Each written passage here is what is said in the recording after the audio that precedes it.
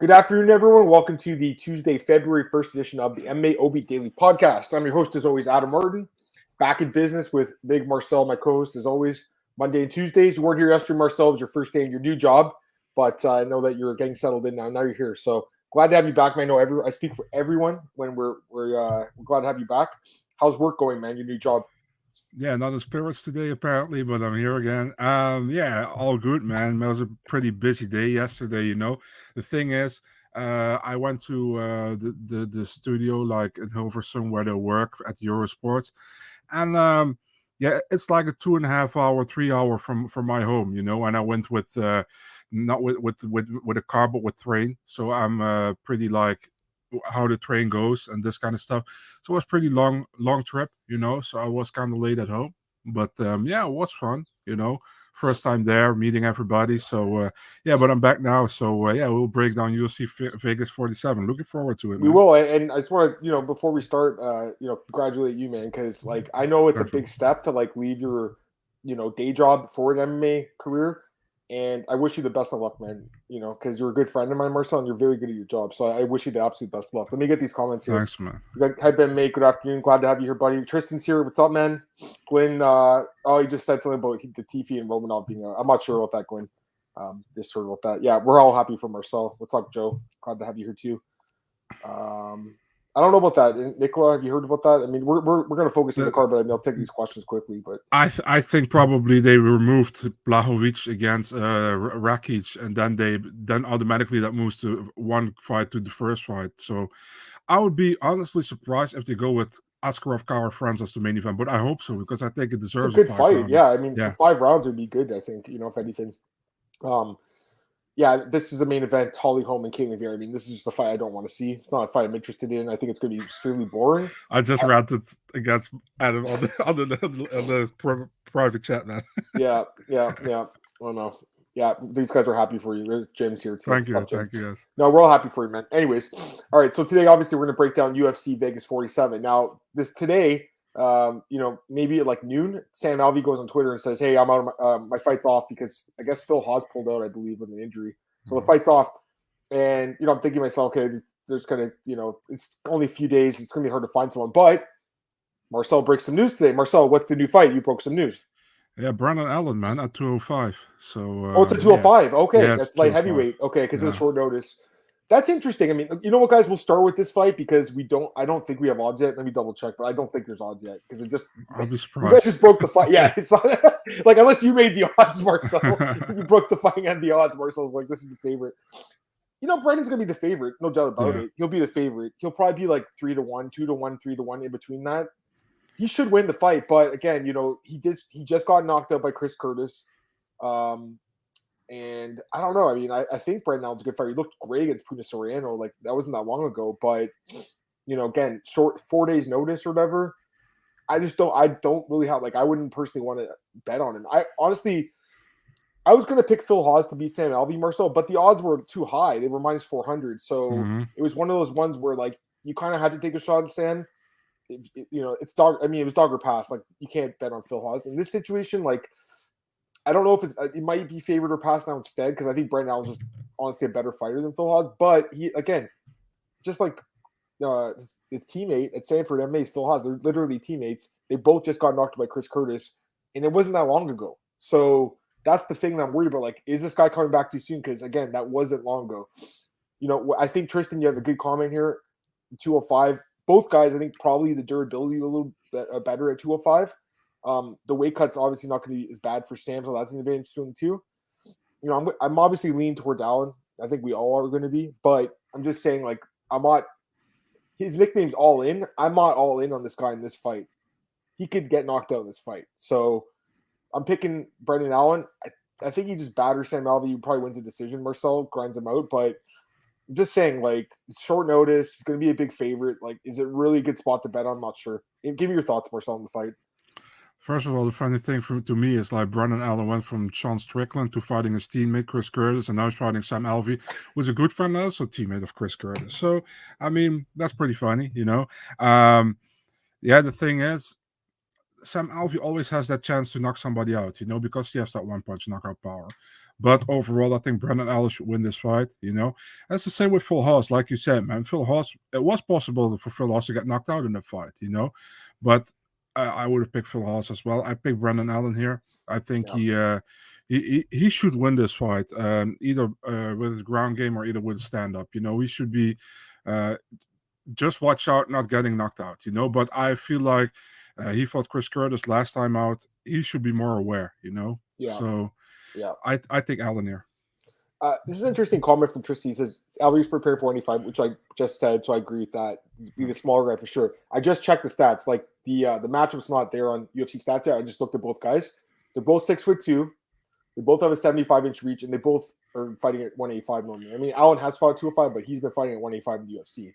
So I feel like the size will be similar. I know what you're saying about him, usually fighting at middle, or he was going to fight at middleweight, now it's 205, but Allen just fought at middleweight. He didn't even have a fight book. So yeah, he might be like heavier, I guess, because I don't know if he's been training that like as much because he wasn't in a full camp. I don't think the size is going to really be the difference in this fight. I think it'll come down to the skill. You know what I mean? And I feel like as far as like technical volume striking, I mean, Brendan Allen should win the fight. Like, if you watch that fight, Puna, the body kicks he was landing, the punches, like he looked really good in that fight. And he was looking okay against Chris Curtis, who's really underrated, and then he got KO'd. So I'm just saying I'm a little worried about the guy's chin, to be completely honest with you guys. I just, I wouldn't be rushing to like parlay this guy this weekend because again, the short notice, and I don't know. That's just my opinion. This guy wants to parlay him. He should win, but I don't know. I'm just not interested in it personally. Yeah, I mean, Sam, you got that power. Yeah, and I think a lot of people will bet on Sam because again, a lot of people were betting on him against Phil Haas because again the odds were crazy, right? Adam, but I think it's the harder fight personally. What are you gonna say? Crazy question. So Sam Alvey takes this fight on short notice, a weight class up against Brendan Allen, a very good fighter in Brendan Allen. Imagine him losing. Does he get another fight from the UFC, but for being a company man and taking this fight on short notice? Oh man, I mean that's the thing. If you look at his UFC stats, it's just like so many losses. He has the draw in there, right? The draw against Dan Jung, which he probably should have won that fight, to be honest. That's the only reason he's still in the UFC, I think, at this point. I don't know, Marcel. I mean, to be fair, again, he's lost 3 of his last 4 by split decision. They weren't, but like unanimous. They were split, so they're close fights. But eventually, you have to win a fight to stick around the roster, right? Like, how could you not? Unfortunately, I got to block this one guy. Sorry, buddy. You can't be spamming our chat, man. No way. It's not happening. That's not happening here. Sorry. John Beezer, I mean, Allen's been active. Yeah, no, that's true. Well, it's a grappling match. I mean, it's something, but when they train, they're grappling too, John. I'm not sure if a grappling match really, I don't know. Personally, I wouldn't consider it the equivalent of a fight. Anyway, man, that Gabriel Checo guy, man, at a certain moment, I think he was a pretty big prospect coming up, and then he loses to Jordan Wright. Yeah, I know. Now he lost to Rashad Evans last weekend. We talked about it yesterday. Yeah, I mentioned that. On step being. No, it's not middleweight though, Daniel. It's at 205. Not that means the same. Alvey's been training with Strickland, same with Curtis because he's extreme and they fought Allen. Yeah, I know. It's like a little circle of the same guys fighting each other. It's crazy, right? Like, anyways. So that's my thoughts on the fight. I think we should go to the fights we've actually odds on now. So we'll start off again. Use UFCstats.com, the official bout order. Malcolm Gordon versus Dennis Bondar at flyweight. That's the first fight. Dennis Bondar minus 260. Malcolm Gordon plus 220. Malcolm Gordon, Scarborough, Ontario native. That's my hometown, man. So it's my guy, but he's not that good. So give your thoughts on the fight, Marcel. Get your pick. Yeah, I was considering going with Gordon, but when you said it was your guy, I'm probably going with Bondar now. No, just kidding. I think Malcolm Gordon had a pretty bad start in the UFC, man, with losses to Albazi and Sumudaerji both in the first round. He looked better against Figueiredo, man, and I think that was the moment that many people were like, this Francisco Figueiredo guy isn't that good, actually. And he looked good in that fight. Dennis Bondar, I saw some of his fights. I mean, this is his debut, but he looks pretty solid overall, I think. He's a guy, long time coming debut. I think he's been scheduled. Sorry, man, been scheduled 3 times already at the UFC to make his debut. Now it's finally happening. I think Bondar might finish Gordon, man, to be really honest, and I think it will be early on in the fight. So here's my thoughts on this fight. I just think we don't know much about Dennis Bondar. I've seen some tape. Obviously, there's some on YouTube, but it's like, who's he fighting? He hasn't fought in a while. I really don't know how good he is. I have no idea. So the thing is, like, I just don't think Malcolm Gordon's very good. He's just super chinny. He's been knocked out 4 times at flyweight. I mean, he's one of the most chinny guys in this division. And I just don't really trust the guy. You know, having said that, I mean, his wrestling looked okay against Figueiredo, his brother, Francisco, in his last fight. So, you know, maybe he could just grind this guy out. But for what I've seen, Bondar's got pretty good grappling, and I think his striking should be better too. So he should win the fight, Marcel. But again, the guy's never fought in the UFC, and you're laying minus 260 on that. It's a little scary, you know? So I think the odds are fair because I think most people will fade Malcolm Gordon. He's just not that good of a fighter. He's not very durable, but you know, he does have a lot of experience, man. And you know, it's possible that he could pull it off against a guy who's never fought in the octagon before. So yeah, Bondar is my pick, Marcel, but I'm not, there's a few fights in this card where I really like the odds, you know, but this is one I'm like, yeah, no, I'll pass on it, you know. It should be somewhat competitive, but Bondar probably ends up winning. Nat Devil, what's up, guys? Love the show. Keep great work. Oh, I appreciate that, man. Thanks so much. Yeah, WWFC. I feel like, isn't that where Bondar was fighting? I think he was fighting there, right? Some of his fights. I also think that Igor Pateria guy, or whatever, he was from that promotion. A few other guys. Both are from Ukraine, right? Yeah, exactly. So I think it's a decent promotion, but again, I just don't know how good the opposition was. Like Pateria looked great in Contender Series, no doubt, and probably is going to be good. This guy could be really good, but he hasn't fought. I think he hasn't fought in like 2 years now, and never fought in the UFC. So I just feel like it's a big step up. But he is fighting the worst guy in the division, arguably. So he should win the fight. Glenn, no idea where they kept Alvey passes. Kept his last known salary, $65K, $249. Probably less than Lynn's might come into it. Yeah, maybe he shows up in fights, and it's Sam Alvey's usually like decent fights, and lately he hasn't been super exciting, but pretty exciting guy. Anyways, Bondar would be the pick there. Go to the next fight, Jailton Almeida against Danilo Marquez. Great fight. I really like this fight. I really like this guy, Jailton Almeida. It's at 205. Jailton's a big favorite, minus 380, plus 315 for Danilo Marquez. What's your thoughts? Yeah, by the way, the UFC switched that. So Phil Rowe is actually fighting Witt next. And then we get Stolyarenko Davis, and then we get the... Okay. Or whatever, I mean, it's a good fight. Somebody, by the way, told me it's not Jailton, but Jailton. So I got corrected by somebody for it. I mean, what can we say about Almeida, man? Dude look like a specimen, you dude, in the Dana White Contender Series. I mean, he fought Nasruddinov. He said before the fight, I'm going to choke this guy out. I'm actually the Brazilian Khabib to him, to the Dagestani. He choked him out, man. I mean, I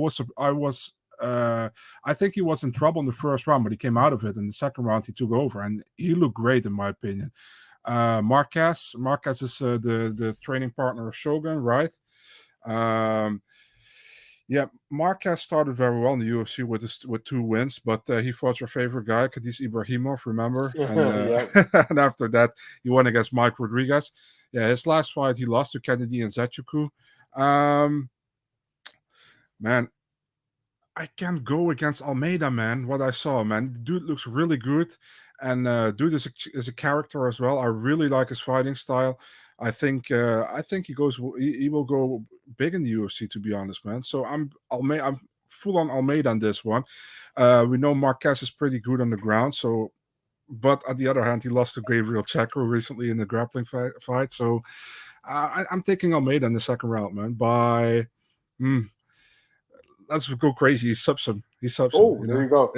Yeah, I think it's a good fight. And I like this fight. I was really impressed by Jailton and against Nasruddinov on the Contender Series show last year.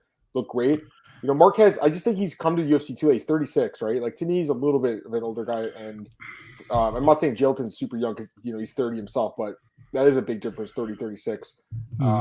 And, I mean, yeah, he's got a good ground game. I'll say that. Obviously, we saw that against Slow Rodriguez, but he backpacked Kennedy for 2 rounds and then got exhausted and got knocked out. It was a standing knocker, just basically kind of, just turtled up and let the ref stop the fight. I don't know. I just didn't like what I saw there. The guy's definitely a good grappler, but I just feel like Jailton's going to match him there. And I just think Jailton would be the better striker, better all-around fighter. And either subs him or knocks him out. You say sub, I'll go with knockout. There you go. I'll take a knockout, you go with sub. But I think he finishes him.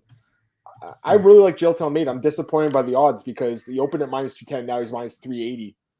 That sucks. I was hoping to get him around that minus 2-1 price. At 2-1, he would have been a great guy, I think, to even bet straight, because I think he wins the fight. 4-1 is it's a different story, right? I do think he wins the fight, but you can't really bet him straight. You could parlay him, though. I do think he wins this fight, Marcel. I'm pretty confident he wins this fight. I think he'll be able to match the guy on the ground, and then on the feet he can beat him, and then he could probably get on top of him, ground and pound him too. Marquez will have to win in the first round to get it done. I just don't see it happening. So go with jail tonight either. Tristan likes Marquez a half a unit. Yeah, I know what you're saying. The odds they're high, but I have to pick the guy. I think he wins. Safest pick. Yeah, I kind of agree with this. You know what I mean? Like I think he wins, man. I'm pretty confident in the guy.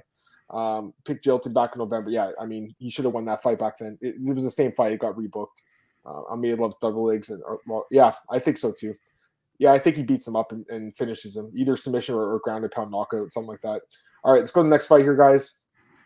We got the women's bantamweight fight, Alexis Davis, Julia Stororenko. And I said this on Twitter yesterday, and some of you guys were probably like, what the hell is this guy talking about? But I'm saying it right now. I'm going to say it here in the podcast.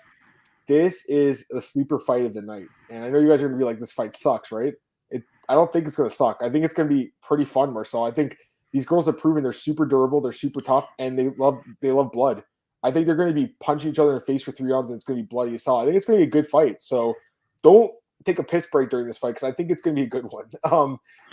Give me your thoughts on this fight, Marcel. The odds right now, we have Alexis Davis minus 230, Stororenko plus 190. Go ahead. You're the only one in the world who thinks this is a good fight, so you give me your thoughts about this fight. I think it's going to be a fun fight. I think they're both going to stand and bang, dude. I think it's going to be a fun one. I mean, don't get me wrong. Julia Stororenko has not been impressive in the UFC. Like, she's been pretty bad. But that fight she had a few years ago in Invicta, I mean, it was one of the that was a great fight. Super bloody, super crazy fight.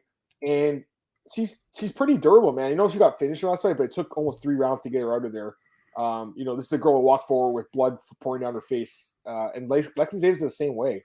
I do think Julia could win this fight.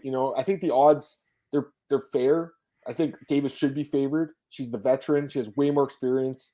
She's fought better competition. She's been more competitive as of late, but she's 37. She's taken a lot of damage. She's only won one of her last 5 fights. So I think Davis, she should be the more technical striker, and she should be able to win a decision. But I'm just saying, like, at any point, her chin could go.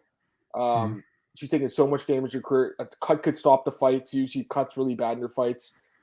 I do think, again, she's the more technical volume striker, and she should win a decision here. But this is a potential upset spot, I think, because I think Stororenko is a big girl. She's been fighting at featherweight, so it could be competitive, and she could edge it out maybe. But still got to go with Alexis Davis by decision. That's my thoughts on the fight. I think it's gonna be a fun fight. That's my honest opinion. What do you think, Marcel? And what do you pick, Alexis Davis? By decision, yeah. Yeah, I feel the same way, man. That Alexis Davis is going to win the fight, but I expect her to use a lot of wrestling. To be honest, man, that she does. Actually, in many of her fights, for example, she did it against Mazo as well, right? I remember, yep. And then I thought Mazo could have stopped it. I think she does it again, and she's kind of like almost like the female Darren Elkins. She's always bloody, she's always bloodied up, but she knows a way to win. I don't expect it to be a firefight like you think it is, but I think Alexis Davis wins. So you'll be happy a Canadian win, right? I mean, it's good for the country, but I just I just want the better fighter to win. But I think it's going to be, a better fight than you think. Okay, you get your props if it's true what you're saying, for sure. And if it sucks, it might suck. Because my initial thought was, this fight sucks, and then I'm like, wait, no, it actually could be pretty good. Oh, I hope you come, Tristan. I'm in Ontario. It's a great place, man. And when you come, bring my boy James Lynch out, because I saw him a few weeks ago, but he doesn't come out that often anymore. All right, let's go to the next fight. Jason Witt against Phil Rowe. Interesting fight here. Odds for this fight, Phil Rowe minus 130, Jason Witt plus 110. So what's your thoughts on this one? Yeah, this is a trouble fight for me, to be really honest, man, because Jason Witt, he looked solid in the first 2 rounds against Barbarino last time out, and didn't expect it, to be honest. Before that, yeah, I mean, he got that win over Cole Williams, right? But who almost wouldn't, I would say. Phil Rowe, in my opinion, he should be undefeated in the UFC. I think he won his fight against Gabe Green, and he looked and he had a great comeback against Kosi, right? Yeah. Same against Sebastian, against Leon on the Contender Series. He had bad first round. I think second round was better, or other way around. In third round, he finished him early on. So, man, such a hard fight to pick. I pick Rowe, but I feel like Rowe will maybe finish the fight in the later rounds. Third round TKO. Yeah, I think it's going to be an interesting fight, but I'm just not sold on Jason Witt just because he had one good fight against Brian Barrio. I still think he's got a terrible chin. I still don't trust his chin at all. He could get sparked in like 10 seconds in any fight. You know what I mean? He looked great in that fight. Don't get me wrong, but Brian Barrio was coming off like a long layoff, and there's other factors to that. I think, and he almost got finished late himself, right? And the chin showed up there. I just don't trust the guy. I'm not saying I trust Phil Rowe because Phil Rowe is also very chinny. Like he's been dropped a couple times now. And I don't necessarily trust him, but here's the thing, Marcel. Like he's just a really big guy. He's 6'3" and he has an 80-inch reach. He has a 10-inch reach advantage, 5 inches of height. Younger guy. He is good on the ground as well. And I think Witt will have to wrestle him for 3 rounds to win the fight, which he could potentially because he has good wrestling. But Orion Cossie had he kept him down for 5 minutes, and then the second the fight was on the feet, Phil Rowe was just so long and powerful on the feet. I think the reach is going to be a massive problem for Jason Witt. 10 inches reach disadvantage. That's huge. Phil Rowe looks like a middleweight to me. He doesn't look like a welterweight. I think he knocks him out. I think Phil Rowe knocks out Jason Witt. That's my pick, guys. Phil Rowe by knockout. I'm going to check what it is because I want to see it. Plus 225. It's not bad. I mean, it went minus 130. That's a pretty good line if you're going to bet on him. But, plus 225 is not too bad. And then Rowe in round 1 is plus 275. So I saw someone asking about that in the chat. Rowe by round 1 knockout. Let's see here. Rowe by round 1 knockout plus 550. So I think he knocks him out, Marcel. I think Jason Witt's chin just isn't going to hold up in this fight. Against this guy. He's got way too much power. Theo Elkins, that's funny. I think it's 50-50 over dog money to play. Yeah. I think we're all on the same page, guys. Joe likes Witt by knockout. I mean, that's interesting. But honestly, Joe, I don't think it's a bad pick because Phil Rowe's chin is also really weak. You got dropped twice by Gabe Green. Leon Shabazian dropped him. His chin sucks too. So 2 guys that are chinny, honestly, but 2 guys that could knock each other out. Gotta go with Phil Rowe. 10-inch reach advantage, guys. That's huge. The Freedom Convoy 2022. That's funny. Rowe knocks him out later rounds. Yeah. Witt was came around on the Gamir Khan his last fight. In the third round, I mean, if that fight was 10 seconds longer, probably would have got finished. But it wasn't. He won the fight. Anyways, Phil Rowe, I think, wins. Let's go to this fight. This is actually the closest fight in the card, according to the betting odds. Marc-Andre Barrio against Chidi and Kawani, minus 110 each. Marcel, a true pick'em fight. So give me your thoughts on this one, man. What's with all these damn Canadians on this card, man? I mean, Marc-Andre Barrio, we all know he started very bad in the UFC with 0-3. But as of lately, has looked better, man. I think against Abu Azaitar, he got that late finish. And against Dalcha, he got a good win. I think it was the first fight of the night back then. Was a good win. I think we both picked him in that fight. It was probably one of the first times I picked Barrio. So I can remember that one. Chidi and Kawani, we know he fought for Bellator, for example. He fought also an LFA fight. Came via the Contender Series. Got a good win over Mario Souza. And now in the UFC.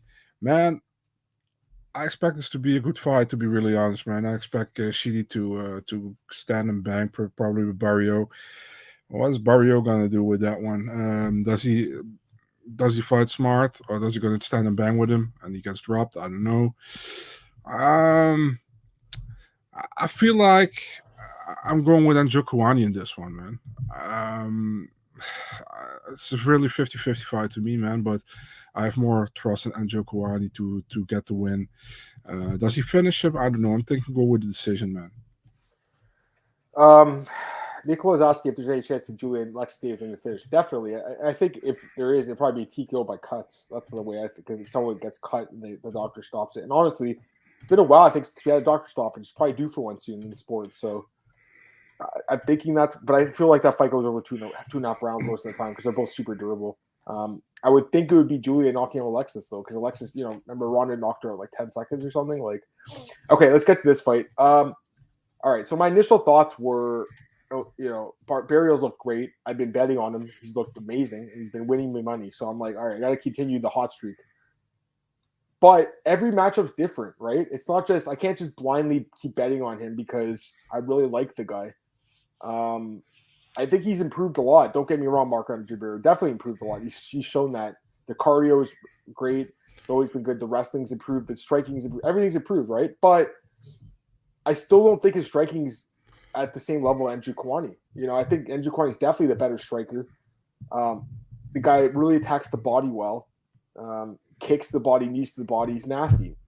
And at middleweight, he's looked better, like surprisingly. At welterweight, probably was cutting a lot of weight. The durability was an issue getting finished in Bellator. Moved out to middleweight the last 2 fights. He's looked really good. He looked great in LFA in that one fight. He looked amazing in Contender Series. So, Marcel, it's one of those fights where I'm really high on Marc-Andre Barrio, but I think this could be a bad matchup for him. I feel like Chidi and Kawani can win this fight. Because I just think, from what I've seen, the grappling's improved quite a bit. And even in the clinch, I think, it's not a bad spot for him where Barrio usually excels. I don't think he'll excel in the clinch against Chidi, who's laying those knees, elbows, everything. So I expect a competitive fight, Marcel. I expect a close competitive fight. I think Chidi ends up getting the win, either, a decision or potentially a stoppage. But the number one thing I'm seeing here, guys, from this fight is just the striking levels are just so different, and not only does Chidi, I think the more technical striking, he gets hit a lot less. Marc-Andre Barrio, through 6 UFC fights, he's getting hit 4.94 significant strikes a minute. Like, he's getting teed off on it, tagged. And, quite frankly, this is the best striker he's fought yet. So, while Chidi is new to the UFC, guys, this is his, 30th professional fight. He should have been in the UFC years ago. Marcel, he's born the same year as me, He's been a pro since 2007. Very experienced guy. Why did he have? Actually, I'm going to answer my own question. I was asking Cole yesterday. I'm like, Cole, why did this guy have good Contender Series? And then I'm like, oh yeah, because they got him on that fucking 10 for 10 contract. That's why they don't have to pay him 20, 30, and 30. They got him on 10 for 10. I think it's a close fight, guys. But honestly, I think Chidi and Kawani wins the fight. So that's my pick there. And he's minus 110, and I think he's going to win it. I'm surprised we have the same pick. I completely agree with Tristan. I completely disagree, Tristan. I think this guy can definitely win decision. I think Barrio wins his fights by cardio. This guy's cardio is good too. He's gonna match the cardio. So I disagree. I think he can win the decision or a finish. So I think he's got 2 paths to victory in this fight, and neither a knockout or a decision. I think his cardio's really improved at middleweight. He's found his home. That's my thoughts, and we'll see how the fight plays out. And again, I was expecting to pick Barrio, but that's why I do research. It's not like if it was just looking at the fight, okay, Barrio. But when I actually looked into it, looking at the last couple fights, I just see a big difference in the striking level, and I feel like this guy can keep the fight standing. I think he can match the wrestling, match the cardio, and outstrike him. So that's why I have to pick him. Anyways, what are you gonna say, Marcel? I'm surprised we both pick. I'm surprised too, and I gotta be honest. I was not expecting to pick him. I slept on this one, but ultimately, like I said, that's the biggest difference I see in the fight is one guy is really fast and elusive and can strike with the best, and one guy is, he's a decent striker, but he's not great, and he's kind of one of those guys that he plods around the cage, in my opinion. Mm-hmm. Again, every fight's different, every matchup's different. You can't just be like, okay, Barrios look great and his cardio's winning these fights. Yeah, that's true, but this guy's also looked great. His cardio has also been winning his fights. So we'll see what happens. And yes, Tristan, we'll see, because I want to know myself, man. Again, I hate when my initial thoughts are one guy, and then after I do the research, I have the other guy. But that's what's happened here, Marcel. So hopefully I'm right. Hopefully we're both right. Actually, we both picked him. So I was fully expecting to pick Barrio, by the way. So yeah, he does have a lot of experience, but again, he's not fighting a new guy. I know, again, this guy's Contender Series. He has 30 fights, Marcel. So it's kind of like Victor Henry, in my opinion, kind of similar. Like a guy with tons of experience, and I don't think the bright lights will affect him at all. He's fought in Bellator main events. I think he's fine. That's and it's not. That's not even audience. That's true too. Yeah. But no, for sure, Tristan. I mean, there's definitely a difference between fighting in LFA and Contender Series in UFC. And if I wouldn't say I'm wrong, because I think it's a close fight, but I have to pick someone. But if my pick's going to be ultimately wrong, I'll accept it. But again, what I'm seeing is that striking levels. No, what's going on, man? Glad to have you here as well, man. We got Litchell, Scott. What's going on, my friend? So go to the next fight here, guys. We got Hakeem Dawado, another Canadian, against Michael Trezano. I don't know why all the Canadians are on this card. Me and Hakeem, minus 170. The Lone Wolf, Mike Trezano, plus 150. Who's your pick? Yeah, I think Mike Trezano is a very underrated guy, to be really honest, man. I think many people don't really see the value in him, and that's probably because of his first two fights went to a split decision, and he lost to fan favorites Janetti and to fan favorite back then Luis Pena, but or he won against fan favorites Janetti and Pena, but I think he won both those fights. Should have been unanimous, in my opinion. So, I mean, those were good wins. After that, he lost to Dawson. He got taken down, and pretty much he got choked out. Dawson's just a really good prospect in the division, I think. And that Ludovic Klein fight could have gone both ways. I think it was a Yeah, very I close honestly fight. thought he lost the fight. That's my Yeah, honest opinion. yeah, it was a very close one. And I mean, I think nobody would have complained if that went to Ludovic Klein, to be really honest. So, Yeah. I mean, if you look at Hakeem Dawodu, he lost last time to Mafsa Evloev, but I don't think that's a bad loss. At the same time, that fight before that one against Tuhugov, I think he didn't won that fight, to be really honest. I think he lost the first two rounds and he won the third round, but Tuhugov was stupid to coast, and yeah, he got fucked. I remember betting. I bet on keeping that fight, but it was such a sketchy decision either way. I remember that one. It was in Abu Dhabi. So, and if you look at the Julio Arce fight before that one, he did well in the first round. Second, third round were not as great, So, and the thing is, Julio Arce trains a lot with Mike Trezano. So that is Mike Trezano as it also probably knows how to approach. But, man, I'm going for a little upset here, man. I'm taking Trezano for a decision in this one. I don't think that's a terrible pick. Trezano's been really underrated, and you look at his betting lines. Like, he's been an underdog in a couple of the fights. I need to double check here, but I remember when he fought for the belt, like not for the belt, for the top championship. I picked him as a dog. Yeah, he was an underdog against Joe Giannetti. He was an underdog against Luis Pena, and he won that fight. He was an underdog against Ludovic Klein and won that fight. He's been an underdog in all his fights in the UFC, and he's won all three of them. So clearly, a guy the market's mispricing, guys. Remember that right now, okay? The market has not figured this guy out yet. I think he's pretty good. I do think Hakeem Dawah is the better striker. And again, same as last fight. I think this fight takes place standing, and I think Hakeem's going to outstrike him. But I have issues with Hakeem's style sometimes, Marcel. Like, he doesn't, there's times where he doesn't throw enough or he doesn't go for the kill, and Trezano could steal it. You know what I mean? So I think it's going to be a close fight, but I think it goes to decision, and Hakeem's going to win a close decision. That's my thought on this one, Marcel. But I wouldn't be shocked if there was an upset here. Again, Mike Trezano got 3-0, guys, in the UFC, all by upsets. This would be fourth upset in a row. And at that point, you're like, okay, this guy might be really good, and we just don't know how good he actually is. But here's the thing, Marcel. He's barely winning these fights. That's the other thing. There's split decisions. The last fight was unanimous, but it could have been split or he could have lost. The other fights were split decisions. So he's winning, but he's barely edging these fights out. So they're, and I feel like this probably another one of those fights, Marcel, another really close fight that he might edge out, but I think Hakeem should win, and I think Hakeem looked really good in that third round against Movsar Evloev. I mean, that should give him some confidence, I'd hope. Adam, should this fight be on the main card? Should this fight be on the main card? I think it should. Possibly, I don't think Stan obviously should be on the main card, but the UFC loves him, so this could be on the main card. Anyways, let's go to the next. This is the last prelim, actually, the next one. Miles Johns against John Castanada. I really like this fight. I think this is a great fight. I think it's an underrated fight on the card between two guys that are really good. This division, bantamweight, is ridiculous. I mean, these guys aren't even close to being ranked, and they're both really good fighters. So I love this fight. Minus 200 Miles Johns, plus 170 John Castanada. Give me your thoughts. Yeah, Chapo versus Sexy Maxi, right? I mean, Miles Johns came from the LFA, right, where we got a win over Adrian Yanez in championship fight.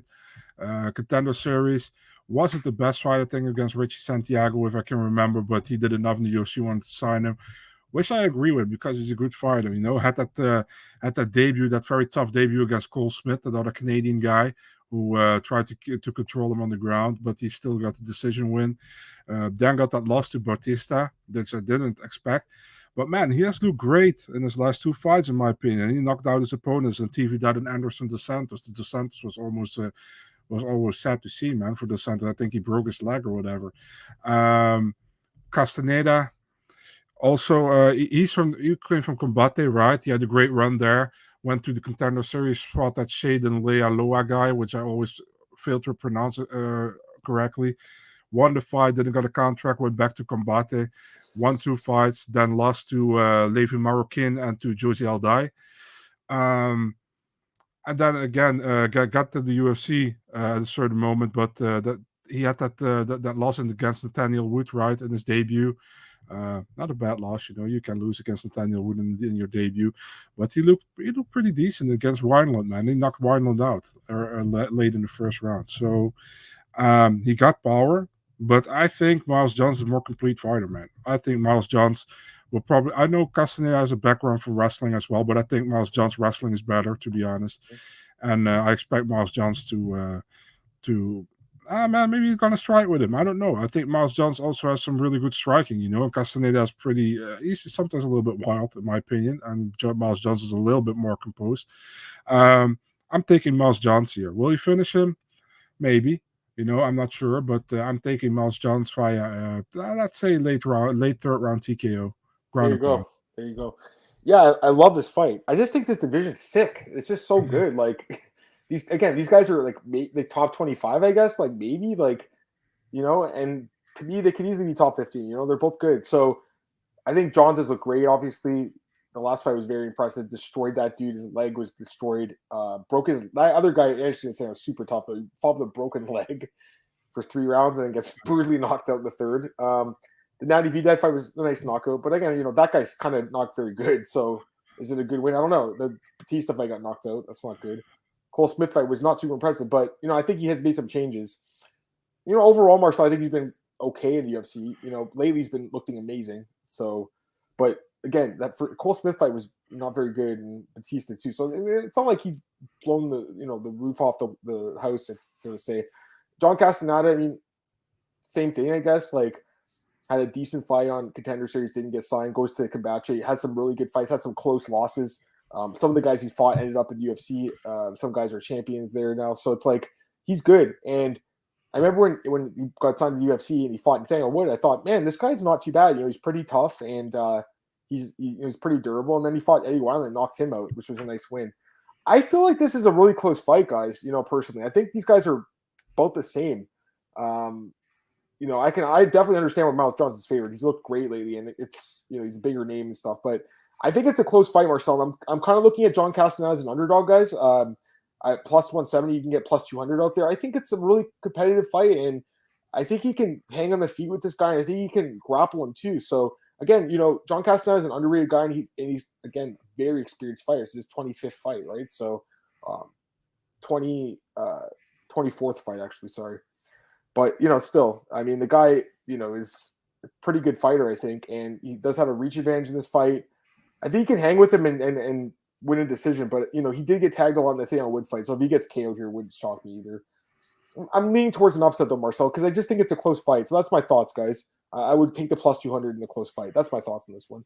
A-Local completely disagrees with me. That's okay. That's fair. This guy likes Johns, too. Oh, there you go. Daniel says, Castaneda, good volume. John should be able to deal with it with the power wrestling.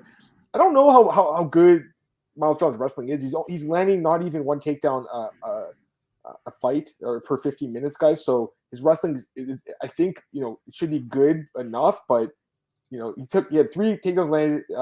Only 1 takedown landed in the UFC against Cole Smith. So he's not really a wrestler. He did take down a Richie Santiago guy, but that was 3 years ago. So he's turned into a striker now. And that's why he might get in trouble in this fight, because I think Castaneda can hang with him, out-volume him, and win a decision. That's what I'm thinking happened. At the same time, Castaneda got taken down in all of his UFC fights. Yeah, I know. So maybe maybe the guy just goes to it. Like, Francis just went to the Cyril Gone. Numbers wouldn't point to that, but he did it, right? So that, and he does have Safe in his corner, right? So, I mean, Safe might be like, just take him down. Maybe that's the game plan, But again, I'm going to take a shot on the underdog in this one, Marcel. I want to be a little different too. You can't have it's just like crazy. Like, me and Marcel, we don't talk about these fights beforehand, guys. We just have the same thoughts. We are, I would say, decently smart about this. What was someone asking there? There was a comment. The lines will get wider. I'll take a shot by Castaneda. Yeah, me too. What's the over/under? Hey, what's going on, Raw Torque? I'll take a look at the over/under.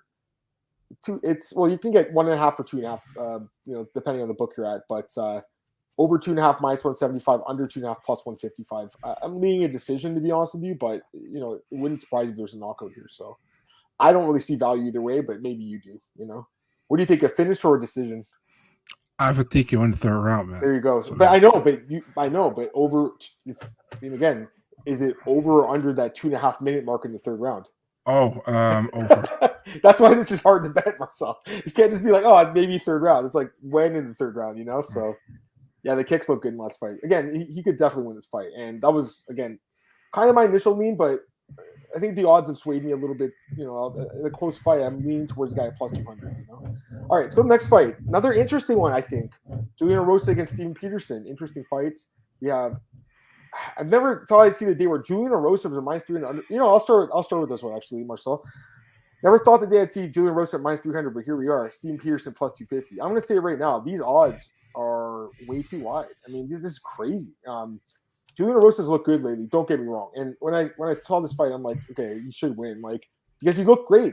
He's looked really good. But the guy's got one of the worst chins out there. I don't trust his chin at all. And he can be out wrestled too. So as good as he's looked lately, I still don't trust the guy, Marcel. I got to be honest with you. And, I think Steven Peterson is pretty underrated, to be honest with you. Looked great against Chase Hooper. Looked good against Martin Bravo. He's hung in there with guys like Caceres, Pena. He's hard to finish. Tough dude. Good wrestling. Marcel, man, I think the odds are crazy in this one, honestly. I think the odds are way off. Well, I think it's a close fight, guys. And obviously, Erosa, I think he definitely makes sense as the favorite here, but I'm looking at Steven Peterson at plus 250 and looking at a dog that I think has a really good chance to win. Because he's fighting a guy with a terrible chin. He's fighting a guy that he could take down and not wrestle. I mean, Erosa could knock him out or submit him. I get that, but Steven Peterson is super durable. I'm going with Steven Peterson, Marcel. Steven Peterson by knockout. That's my pick. Let's do it. Steven Peterson by knockout, guys. I'm not sold on Julian Erosa at all. And plus, minus 300 is insane on him, I think. Steven Peterson by knockout plus 800. There you go, guys. There's a prop I like. Go for the upset, Marcel. And I don't think it's crazy, guys. Again, Rosa's chin is garbage. I think this guy can knock him out for sure. So again, even the fights he's been winning, like Jourdain, he got dropped against what's his name? Sung Woo Choi got knocked out. Sean Woodson dropped him. He came back to win. Guys, his chin won't. I don't think it'll hold. I want to hear you guys' thoughts on this one, but I'm looking at plus 250, and I'm thinking, man, that's a really tasty line. So, what's your thoughts? Yeah, I hate to say it, but I kind of agree with you, man. I mean, hey, holy shit, yes, baby. Yeah, woo! I kind of agree with you with this one, man. Man. I think Peterson has the power to knock him out, and I think Erosa's chin, he has some troubles with his chin often, So I'm fully with you in this one, man. I also felt the same way. So I'm also taking Peterson, also via TKO or KO stoppage. Yeah. Wow, that's crazy. So there we go, guys. I mean, I would take a shot at him at plus 800 by knockout because I think, Erosa's chin is terrible. Again, look at the numbers, guys. The numbers don't lie. Even the fights he's winning, he's getting dropped and coming back and winning. It could happen in this fight too, but, I think this is a close fight, and I just don't get the line. This is recency bias at its finest, let's be honest, because Erosa's been a huge underdog his whole career, and then all of a sudden he's a massive favorite against Steven Peterson. Is a good fighter. I don't agree with that either. That's crazy. Over 1.5, Tristan. That's interesting. What is the odds on that? Over 1.5, because I actually think that's a really good bet.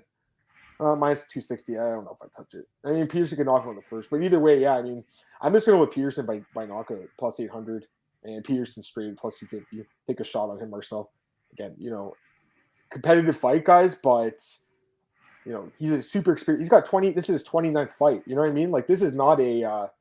It's not a guy who's a rookie. This is an experienced veteran. Rosa does have 38 fights himself, but John just mentioned this fight, Cletson Rodriguez, CJ Vergara. It's a good fight, fun fight. Yeah, they are contender series guys for last year. CJ already fought in the UFC and lost to OJ Osborne. Yeah. Roasted in the Genie Mazzani spot. Yeah. Roasted the king of the catchweights. He sure is. Short notice king. I think this one was kind of like a full camp, I think, or something, like 2 months. I know these guys wanted to fight each other. I think Erosa was calling out. I can't remember. All right, let's go to the next fight then, Marcel. I also have no idea who he called out. Yeah, so I was waiting. Waiting for you to say it. No, one of the guys called each other out. I just can't remember who called each other out first, but I know that they were. Someone said they weren't answering his Instagram call. It's kind of stupid. Anyways, they made the fight. All right, here's the true tough championship between Trishan Gore and Brian Battle. This was supposed to happen. Brian Battle ended up fighting Gilbert Urbina. won the fight. Now we got the fight finally. So interesting fight, Marcel. -175 for Sean Gore, +145 for Brian Battle. What do you think? Yeah, man, this is a difficult one in my opinion, man. I mean, Trishan Gore, he has looked great in the Ultimate Fighter. Before that, it was 3-0. Against guy who are 0-0, 0-1, or 0-0 and 1-0. Yeah. If you look at Brian Battle, he had trouble, man, in the first round with Gilbert Urbina. He came back in the second round, but he had trouble with him. And I think he has the same trouble with Trishan Gore. He probably is not going to last to the second round. So. Man, I kind of feel like I have to go with Gore, man. Although, normally, man, when a guy should be in the final and they fight later, he still doesn't win normally, So, but I'm going with Gore. I think Gore finishes him probably early in the first round, man. That's what I expect. If not, I think Battle in the later stages. But I'm taking Gore here. By the way, Daniel had this comment from the last fight. He was saying that he thinks Pierce can win by an overhand, right? Mitchell likes Gore. Yeah, I'm going to go with Gore too. Now, I just think from what I actually watched the season. I skipped the stuff in the house most of the time. I just watched the fights. Yeah, just because I don't honestly care about just banging, bro, and all that stuff. You know what I mean? I just want to watch the fights. In the old day, the Tough House was awesome back in the day, but it's not like that anymore. Obviously, it's kind of dated now. Yeah, exactly. Anyways, I prefer Contender, but. I think the guy looked like the better prospect on the show, but again, he hasn't fought in the UFC yet. He barely has any fights. I think this is fourth, fifth fight. So there's a lot of risk here with this guy because he's a really raw prospect. But man, he's really talented, right? Brian Battle's talented too, though. But he's not very experienced himself. Honestly, I don't even know if these guys are UFC caliber yet. I know they're in the UFC now. I think the winner will be, but whoever loses might not really be. Lean towards Tristan Gore, Marcel, but honestly, I think Brian Battle could win this fight, and I wouldn't touch it. I'm going to stay away from it because we don't even know how good Tristan Gore really is yet. Let's be honest, but the potential's there, and I know Dana White was really high in him, and he believes in him. The matchmakers do too, and I kind of do too. So. That's my pick. What's funny? Somebody said he looks like a combination of Darren Till and Derek Brunson, and I can't unsee it now anymore. That's funny. Who dares worth the stab? This guy likes some raw torque at plus money. I think he could win too. Gore round 1. They'll play for Gore only. I mean, he won his last fight in round 2, didn't he? I think so. Or sorry, Gore. I mean, I mean, that's the thing, Tristan. We don't know about his cardio at all, right? If it gets into round 2, do we even know if he can hang? And then Battle could come back and win. Yeah, that's what this guy's saying. Yeah, I kind of agree with you guys. I think we've kind of figured this one out. It's probably going to be Gore early on. If he doesn't get it done, it could be sketchy, right? Mm-hmm. So again, I think it's dog or pass, but I'm going to lean towards Gore for the pick, just a straight pick. All right, welterweights: Carlston Harris and Shavkat Rakhmonov, and I think this is going to be a great fight. I'm glad they're getting the main card treatment. Both guys have been on a roll lately.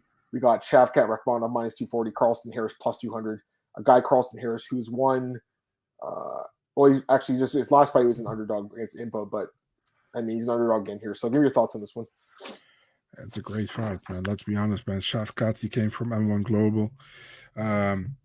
Everybody was like, he has a great knockout power, but we saw some submission wins. But how good actually is his ground game? And then he went to the UFC. He first subbed Alex Oliveira, but then he subbed Michel Prazeres, and Prazeres is a really good fighter on the ground. We all know that. So he looked really good there. Looked like a complete fighter. Stand-up is pretty good as well. Trains at Sanford at the moment. Then we have, on the other hand, we have Carlston Harris. He got the win on the Dana White looking for a fight on the Abu Dhabi card, right? Yeah. And Dana was to him like, yeah, we normally don't sign guys who are this old and who has a record of this. I was like, dude, if he's good, sign the fucker, So, yeah, I'm sorry. But he signed him. So good. So, and he looked great in the UFC so far, in my opinion. He pretty much walked through Christian Aguilera, and then the second fight against Impa, I underestimated him, man. Me too. He finished Impa. Yeah. So this is a good fight. But still, I got to say, man, I'm still picking Rakhmonov, man. I think Rakhmonov is a future top 5 guy, maybe, and I'm really high on the guy. I also think he gets a finish. I'm taking him by a first round knockout, to be honest, this one. And that's no disrespect to Harris at all. I mean, I think Carlston Harris is a really good fighter. This is just kind of, a hard fight, I think, for anyone at this point. That's the thing, right? I just think Shavkat's really good. He's probably just as good as Cam's at and those guys. Like we don't know yet, but he's looked great in the UFC. You know, destroyed Michel Prazeres, destroyed Alex Oliveira. He looked just great in those fights. But Carlston Harris has also looked great in the UFC, Marcel, against Aguilera and Kinsenge. Who knows? I mean, every fighter has a loss. Like, there's very few guys with their undefeated, like Khabib, right? Like, most guys have a loss. And a lot of the losses are kind of, like, I wouldn't say random, but, you know, they're kind of unexpected. And then you look back at it later on, you're like, oh, it wasn't that bad because he lost to a guy who's like a veteran, a good fighter. And I think, you know, this is the case. Like, Carlston Harris is a really, really good fighter. He's super experienced. You know, but again, Marcel, he is old. You know, he's 34. He's older than me. You know, like he's not a young guy. He just made his debut, right? He's looked great. I think he's got to make a title run now if he's going to do it, or run for the top 15, I guess. Because he looked great and he's got momentum and everything. But it's like, how do you pick against Shavkat?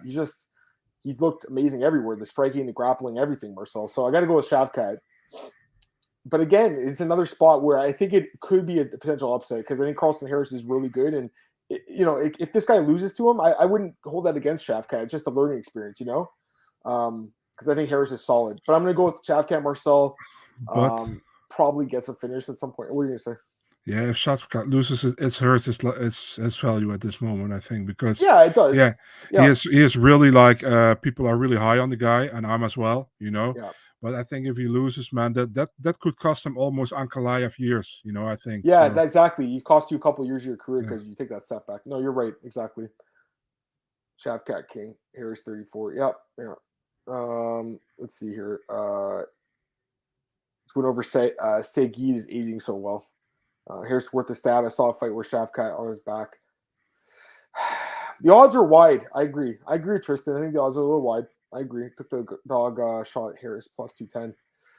I think he's looked good in the UFC, man. I mean, the guy is solid. You know, he's, again, a lot of experience. So I think it's possibly upset. You know, I'm going to play DraftKings. I'll be putting both guys, obviously, in my teams. A lot of Shavkat and Harris. I think on every team I have in DraftKings, I'll have either guy. So I'll probably have like 15 Shavkats and 5 Carlstons or something like that, you know?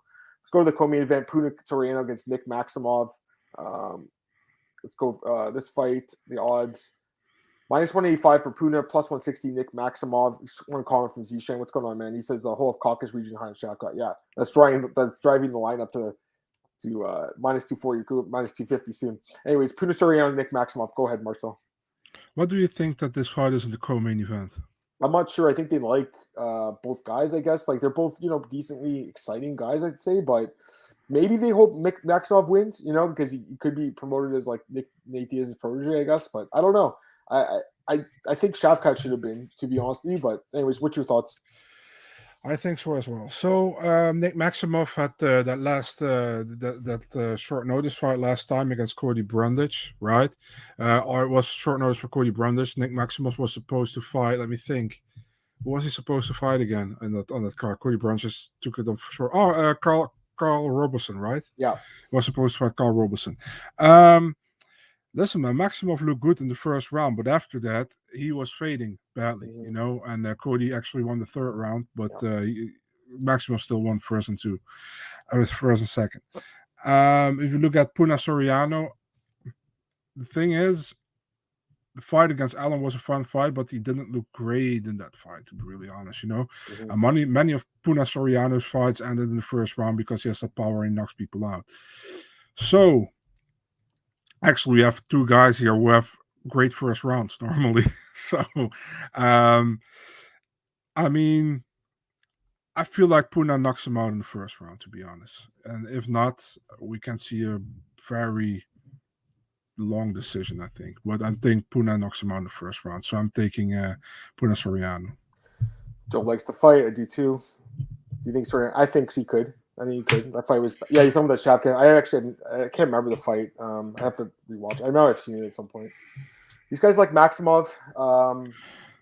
Yeah, that's the thing. I'm with hype. I think Puna's wrestling is good too, guys. That's the thing. Like, I don't know if Nick Maximov can wrestle him, honestly. From what I've seen, Puna's wrestling is good. And definitely the better striker. You know, got more power for sure. You know, Brendan Allen beat him. You know, it was a competitive fight, but he outstruck him. He hit him to the body a lot. I think Brendan Allen just looked amazing in that fight. It's kind of crazy how Puna's going to be the co-main event, and Brendan Allen beat him like in his last fight. He's going to be down the card, but that's how it plays out. I'm not like super confident in Puna in this spot, guys, but I think he can win this fight because I think he can outstrike Nick Maximov. So that's kind of what I'm seeing in this fight, Marcel. I think he kind of negates the grappling, keeps on the feet, just throws in more power. But Nick Maximov's looked good, and he out wrestled that guy in Contender Series who was way bigger than him. So maybe Nick can take him down and hold him there. That third round against Brundage was not impressive, Marcel. You know what I mean? I can't get out of my mind where it's like the guy was looking pretty good and then just looks like crap. So yeah, I just don't know. Like I thought he was a cardio machine, and now I'm not sure. Marcel, like I assumed he was a cardio machine. So competitive fight, guys. I'm leaning towards Puna. That's my pick by decision. So to answer the question, I think a decision. Actually, he could knock him out now that I think about it. Maybe this guy's chin, it's not tested. Just because he's trained with Nick Diaz doesn't mean he's got Nick Diaz's chin and his cardio, right? We don't know that. So we saw it with Chris Avila, to be really honest. Yeah, don't get me wrong. I mean, this guy's way better than Chris Avila. He's not. Oh yeah, for sure. I just don't know how good he is yet. Yeah. And this is a big co-main event in your second fight. That's UFC likes the guy clearly. So, all right, main event: Jack Hermansson, Sean Strickland. Love it. -220, Sean Strickland +180. Jack Hermansson. We got the Joker and we got Sean Strickland Tarzan. Marcel. You want to go first with this one, right? Yeah. So I love this fight, obviously, guys. You guys know him. I'm a huge Sean Strickland mark. The guy's crazy. He's hilarious. He's nuts, but great fighter at the end of the day. Just so good. I think just the striking look great. Great. He works behind his jab so well, right? Really does, and lands a lot of volume. You can land that right hand behind it. He can knock you out. And Jack Hermansson is a good fighter too. He's pretty capable on the feet. Not great, but decent. Thrown against Vittori, he's durable. Ground game's great. Definitely has the better ground game. But honestly, Sean Strickland's ground game's pretty good. His defensive grappling's good. The last time he got taken down was 5 years ago. Kamaru Usman. Okay, that was the last time he got taken down 5 years ago. Now, to be fair, he hasn't been fighting really grapplers like this. But the guy's training every day Extreme Couture. He's getting better every day. He's training with wrestlers every day. I feel really confident Sean Strickland will keep this fight standing. While we don't see him fight in the ground very much, I remember when he did fight in his UFC debut against Bubba McDaniel, destroyed that guy in the ground. That guy was I'm pretty sure a black belt too. Just destroyed him. He never had to use his ground game really. He can just strike with you. So I think he can keep the fight standing, and I think Sean Strickland can outstrike Jack Hermansson. But my question is, do you knock him out or decision? I'm leaning towards the decision, Marcel. Just like the last fight with Uriah Hall, I think it plays out very similarly, guys. I think he just works off the jab, lands the right hand behind it, and lands 150 strikes to 100 and wins the unanimous decision. That's what I'm picking. So that's my picks on this one, guys. What do you guys think? I love it when Adam says exactly what I think, because that's what I think as well. I think like you said, he works perfectly behind his jab. He's not easy to take down, and Hermansson definitely going to try to take him down, I think, and implement his BJJ skills. I feel like Strickland will win over 5 rounds and get the decision home. That's what I expect. I'm not as high on Strickland as Adam is, because Adam is ultimate high on Strickland, but I think he's a really good fighter, and I think he wins this fight by decision. Dude, I've always liked him, man. Honestly, like dating back to that Bob McDaniel fight, but even before that, he was fighting in King of the Cage. To me, he was always a good prospect. And, since he's come back remember, this guy had this motorcycle accident. It cost him, I think 2 years or something. Mm-hmm. He was out for, 2 years. Since he's come back, he moved up to 185. He's looked great. And this is a good test for him. Jack Hermansson's a very respected veteran. I think sure he's a great fighter, but this is a test I believe Sean Strickland passes. I really like him here. I think it's, -220 is a good line. Parlay with one of the other favorites, maybe cut it down the juice to pick him. That's what I would do. I think Sean Strickland wins though. I like him. You put him in DraftKings teams. Get these comments, guys. I want to hear you guys' thoughts. We got Litchell likes Hermansson. Well, I guess you think he's going to win by grappling. That's totally fair. Tristan, I like him too, man. I think he wins too. I really like this guy. He's been a good investment for me, guys. Like he's winning his fights. He's been great. Strickland. Adam looks a lot like Strickland. That's awesome. That's hilarious. The guy's so jokes. He's crazy. They're going through. He had that video. He's going through his house and showing his apartment. He had 2 guns. I'm like, man, this guy has 2 guns. That's so dangerous. This is the guy. But he's awesome, man. Puna knockout. It's hilarious how his toilet. I don't know if you guys saw it. His toilet didn't work. He actually has to take the lid off the toilet, put his hand down, and pull the thing so it flushes because the flush button doesn't work. He's too cheap to fix it. Guy's hilarious, man. Both guys have proven they can go 5 hard. What's the fight goes distance? I'm leading that too, man. Hermansson's been knocked out before, but typically I think he's durable. Fight goes to decision, guys. It's actually plus money. Wow. Okay, so over 4.5 is plus 100. It's even money. That's not a bad bet. That's not a bad bet. But I'd be kicking myself because if Strickland knocks him out, I'm like, why did I just do that? I'm just gonna play Strickland. But I think over. That's what I'm leaning. I'm leaning towards the decision. Like again, a high volume unanimous decision. Sean Strickland by decision. That's what I'm thinking it's going to happen. You said decision, Marcel? Yeah. Plus 200. So that's not bad. No. Unanimous is plus 225. Split is plus 800. Split decision you could bet on, or majority. I wouldn't get that specific, but yeah, I think he wins. Bisping talks highly of Sean's jiu-jitsu. I can't read this comment. Here we go. Yeah, I know. I think it's good. And again, it's Bob McDaniel. It was a while ago, guys, but he looked great in that fight. Trains extreme. Strickland is great. Yeah, exactly. I mean, that was the last thing he was taken down. Kamaru Usman. I mean, that's been so long, right, Tristan? Strickland's octagon pregnant volume going to give Hermansson a nightmare. Exactly. Seen Hermansson crumble for. Scared it happens in the second or third. Marcus Williams, what's going on? My man. What do you think is Strickland's next? That's a great question. I love that question. So, I'll be honest, guys. I didn't really even like the Luke Rockhold fight that they were going to make. I just didn't. I didn't understand it. It didn't make sense. Like, why was he fighting an unranked guy? I know he's a former champ, but I think he was going to knock him out pretty easily. I don't know why Luke Rockhold took that fight. He thought he was going to win that fight. He was going to get destroyed. Looking at the rankings, Strickland's just one spot behind. So the next logical step would be Paulo Costa, Derek Brunson, Jared Cannonier, Marvin Vittori, or Robert Whitaker. So you could fight. Do Costa. Do Costa, I think, would be a good one, man. And they would talk a lot of shit, too. I think it would be fun. Vittori would also be a pretty good fight. Yeah. I think those would be good ones. Or the loser of Adesanya and Whitaker. If Whitaker loses, maybe him, too. Yeah, I think Costa or Vittori, though, Marcel. Those are the ones I'm looking at. Because Cannonier's fighting Brunson. And I agree with you, man. You could fight the loser, but I feel like they'll probably match the loser without the loser of Izzy and Whitaker. Actually, well, if Izzy loses, they'll probably get through the trilogy fight, right? Mm-hmm. Anyway, so yeah, I would say Costa or Vittori. We'll take more questions, guys. I got a few more minutes here, and we'll go a few minutes over. It's okay. Jack crumbled to power strikes exactly. Yeah, no, that's true. I know what you're saying. That's why I'm leaning decision. But I'm just saying, it's possible you could just wear him out with volume and knock him out like that. Loser of Cannonier or Brunson. Yeah, exactly. That could be a fight too. Volume guy, volume. Exactly. That's exactly what I was thinking, Daniel. Marcel, anything else? Was there anything else? Any news that you broke today or recently? Yeah, I only broke the news from Strickland Allen recently. I can't recall if we talked about the Blood Diamond news against Wells that I broke last week. So yeah, no, that's pretty much it, man. We broke on the other podcast I do with Santiago for Bellator. We broke the fight between Adam Boric against Mats Burnell.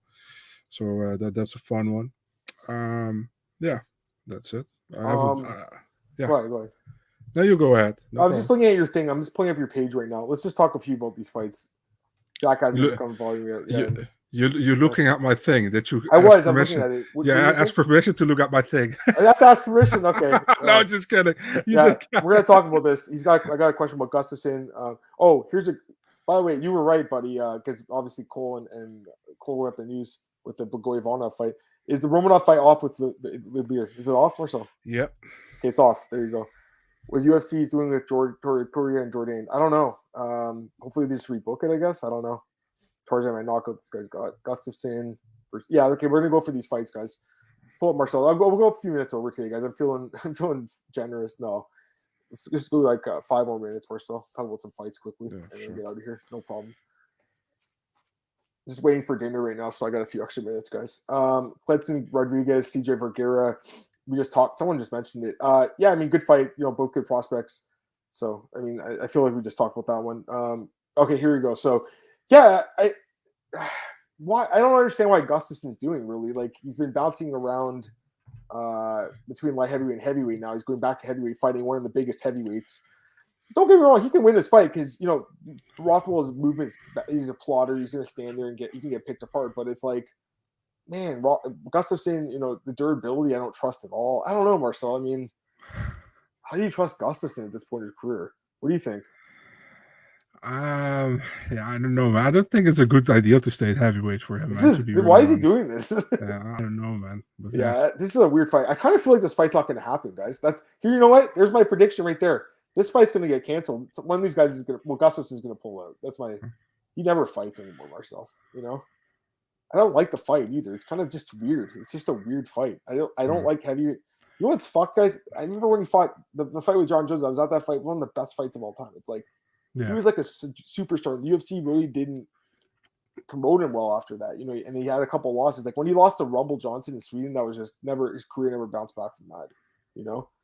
Yeah. Anyways, this fight is awful main event. It's a main event, right? Or no? Yeah, I forgot to put it there. Yeah, I will do it now. All right. Well, I mean, Holly Holm probably wins the decision. You know? I mean, they could have put this on a pay-per-view main card opener or something. You know what I mean? Yeah, I think my initial thought in this one, guys, is Holm by decision. Hut for like 25 minutes. Oh, yeah. God. Here's the fight that who broke it? Who broke the fight? You broke the fight. Yeah, So you broke the fight. You shouldn't put yourself. Why don't you put your name? Like, or Eurosport. Why? You put Eurosport, though. You should put, like, you should put via Eurosport. I have it in my story, so I mean. Oh, okay. All right. Duraev and Anthony Hernandez. Man, good fight. I saw this one. Yeah, Junkie broke it. It's a good fight. Fun fight. Yeah. This is also the fight that this guy broke. I mean, really, Cole broke the fight, but because he confirmed it. But I gotta give this guy credit. Gotta give you credit, Loco. I mean, you're killing it, man. Like I said, we got the joke now that you're Marcel's burner account, but you know, obviously, you don't want to say who you are. That's cool, but you obviously know some stuff, which is awesome, man. Yeah, I mean, it's a good fight. Again, I said yesterday, Varro's never been knocked out. And this guy just knocked out Ben Rothwell, was like never been knocked out really either. So, like, this is, well, he's been knocked out, but, you know, very rarely. Yeah, it's a good fight. Oh, Frank Camacho's back. Yeah, I mean, he's got to win this fight. 2-5 record. This is a must-win fight. Manuel Torres is a good prospect, though. This is a tough fight for him. Frank Camacho's had hard fights his whole career in the UFC, Marcel. I swear. Yeah, I think that's why he's also still in the UFC. He's also always in fun fights. It's always like fight of the night or gets head kicked by Jeff Neal or something. This is a great fight. Gabriel Benitez and David Rama. I fucking love this fight, Marcel. And it's in 2 weeks. Great. Yeah. Was it replacing someone or just a short notice booking? I think Benitez was supposed to fight on January 15, right, against TJ Brown. So and he pulled out of that fight. So just make this. Well, hopefully they make it to this fight. I like this fight. It's gonna be a fun strikers battle, and we talked about that yesterday, so that's over. We just get the last couple comments, guys. We're gonna get out of here. We're just over time now. So, started about. By the way, someone asked about the TV and Romanov why it's off. You know, I was actually not supposed to tell it, so I already said too much, but it's off. Yeah. Marcel is awesome, yeah, for sure, man. All right, and this guy likes, I mean, Gustin could just win, like, you know, jabbing his way to a victory, just dance around. Yeah, maybe he could, but he just looks so bad lately. Anyways, guys, appreciate everyone who tuned in today. It was a lot of fun. Marcel, plug your stuff. Let's get out of here, my man. Somebody calls me Dutch Snorlax. I actually got a Snorlax hat from my friend for Christmas. So it's perfect. Big Marcel 24 on Twitter and Instagram. And there goes the focus. Eurosport.nl/mixed martial arts. Yeah. Here you go. You guys can follow me on Twitter at MMAOB Podcast, MMAOBsbreaker.com. It's on our website. It's on our it's on our YouTube, obviously, as you guys know. Spotify, iTunes, all those places. Just, you know, like, share, subscribe, tell your friends. Like I keep saying, you know, we want more people in here, and it's a lot of fun. So, Marcel, once again, man, you killed it. In the meantime, guys, follow me on Twitter at MMAOBMartin. Check me out, my MMAnews.com, MMAOBsbreaker.com, and bookies.com. And until next Monday at 5 p.m. Eastern, have a great weekend, guys, and enjoy the fights. Peace. Yeah.